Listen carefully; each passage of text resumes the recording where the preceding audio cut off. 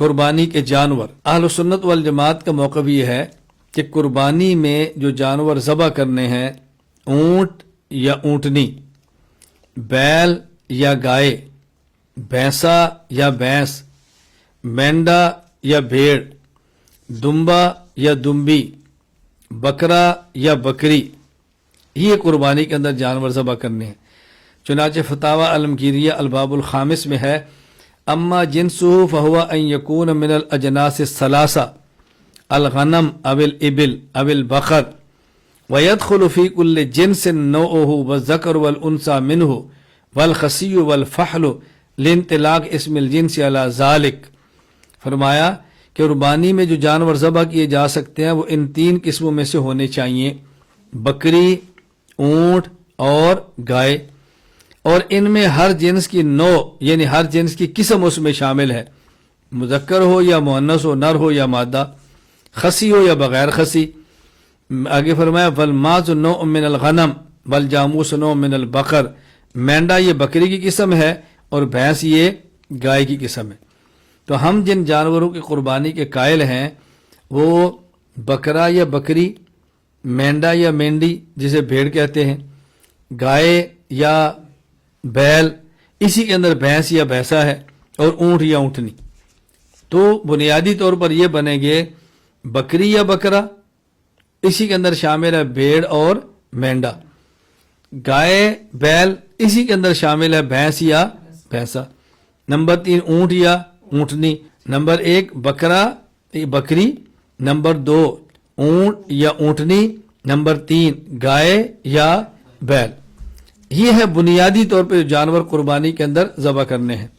اب قرآن کریم سے دلائل دیکھیں، سورۃ الحج آیت نمبر 34، بَلِكُلِّ أُمَّةٍ جَعَلْنَا مَنْسَكًا لِيَذْكُرُوا اسْمَ اللَّهِ عَلَىٰ مَا رَزَقَهُم مِّن بَهِيمَةِ الْأَنْعَامِ، ہم نے ہر امت کے لیے قربانی مقرر کی تاکہ وہ اب چوپاؤں کے مخصوص جانوروں پر اللہ کا نام لے اور اللہ نے عطا فرمائے۔ اس آیت میں قربانی کے لیے بہیمۃ الانعام کا لفظ ہے، بہیمۃ الانعام یعنی قربانی، بہیمۃ الانعام چوپاؤں کے مخصوص جانور۔ اب وہ چوپاؤں کے مخصوص جانور کون سے ہیں، اس کی خود وضاحت قرآن کریم سورۃ الانعام آیت نمبر 142، 143، 144 میں موجود ہے۔ وَمِنَ الْأَنْعَامِ حَمُولَةً وَفَرْشًا، چوپایوں میں اللہ تعالیٰ نے وہ جانور بھی پیدا کیے، حمولتاً جو بوجھ اٹھاتے ہیں، وفرشا اور وہ بھی ہیں جو زمین کے ساتھ لگ کے چلتے ہیں۔ کلوا مما رزقکم اللہ ولا تتبعوا خطوات الشیطان انہ لکم عدو مبین، ان جانوروں کا گوشت کھاؤ جو اللہ نے تمہیں عطا فرمائے اور حلال قرار دیے، اور شیطان کی پیروی نہ کرو، تمہارا دشمن ہے۔ ثمانیۃ ازواج، اب یہاں انعام کی تفصیل ہو رہی ہے کہ آپ نے انعام میں سے کون کون سے جانور کھانے ہیں۔ من الضأن اثنین ومن الماعز اثنین، نمبر 1 اور 2 صنفیں نر اور مادہ بھیڑ کی نسل سے اور 2 بکروں کی نسل سے، بکرا یا بکری، بھیڑ یا مینڈا۔ آگے اللہ فرماتے ہیں قل آذکرین حرم ام الانثیین ام اشتملت علیہ ارحام الانثیین، ان مشرکین سے پوچھو کہ جانور اللہ نے حلال کیے، ان میں تم جو حرام کہتے ہو، کیا اللہ نے ان جانوروں میں سے بھیڑ اور بکری، بھیڑ اور بکری ان میں سے مادہ کو حرام کیا یا نر کو حرام کیا؟ مینڈا حرام ہے یا بھیڑ حرام؟ کو اللہ نے چیز حرام کی ہے؟ یا تم یہ بتاؤ کہ ان دونوں قسموں کے جو مادہ ہے اس کے پیٹ میں جو موجود ہے، کیا اللہ نے اس کو حرام کیا ہے؟ نبئونی بعلم ان کنتم صادقین۔ ومن الابل اثنین ومن البقر اثنین، اسی طرح اونٹ اس میں سے نر اور مادہ، ومن البقر گائے نر اور مادہ۔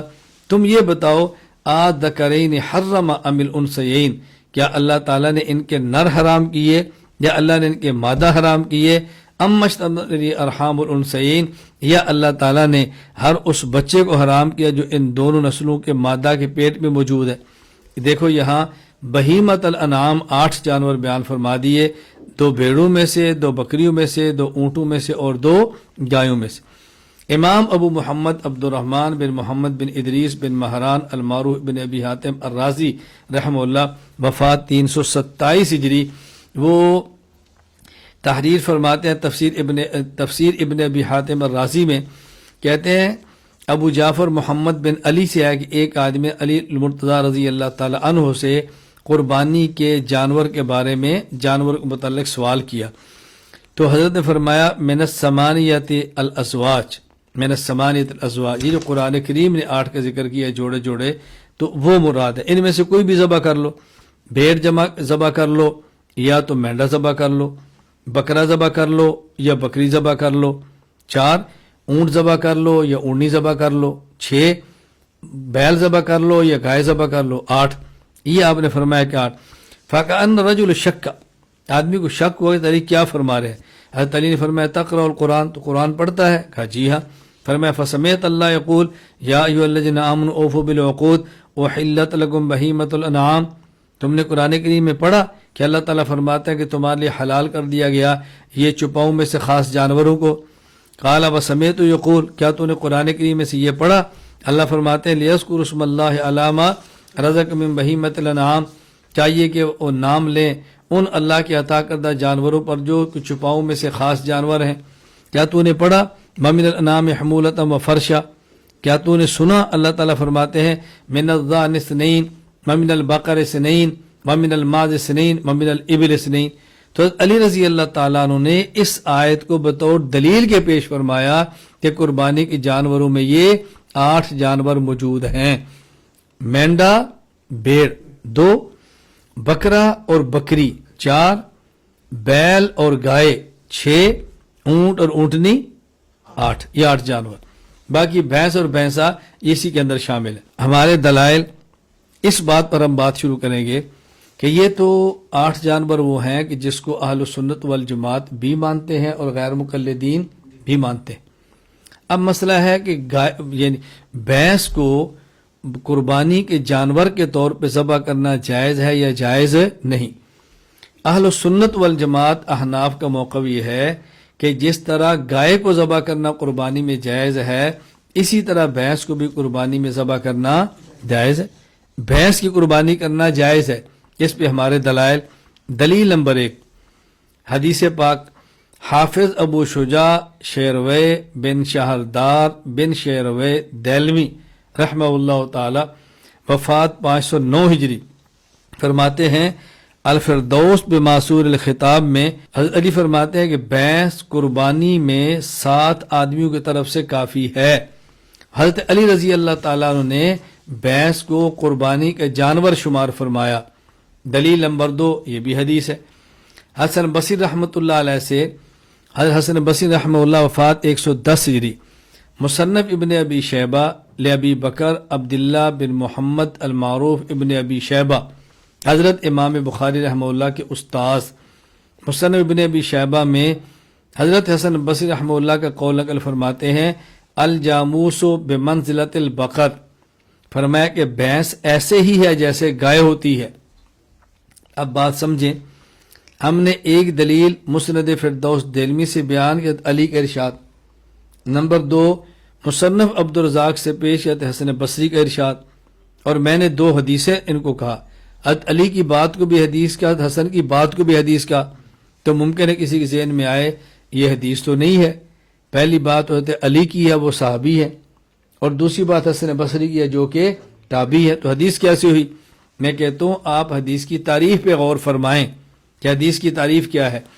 مشہور محدث علامہ شرف الدین حسین بن محمد الطیبی رحمہ اللہ وفات 343 ہجری، شرح مشکات للطیبی مقدمہ مشکات کے اندر فرماتے ہیں الحدیث اعم من ان یکون قول النبی صلی اللہ علیہ وسلم اب صحابی اب تابعی وفعلہم و تقریرہم، حدیث کہتے ہیں نبی پاک کے قول فعل اور تقریر کو، صحابی کے قول فعل اور تقریر کو، اور تابعی کے قول فعل اور تقریر کو، لہذا اس حدیث کی روشنی میں حضرت علی صحابی ہیں، ان کا قول بھی حدیث، حسن بصری تابعی ان کا قول بھی حدیث۔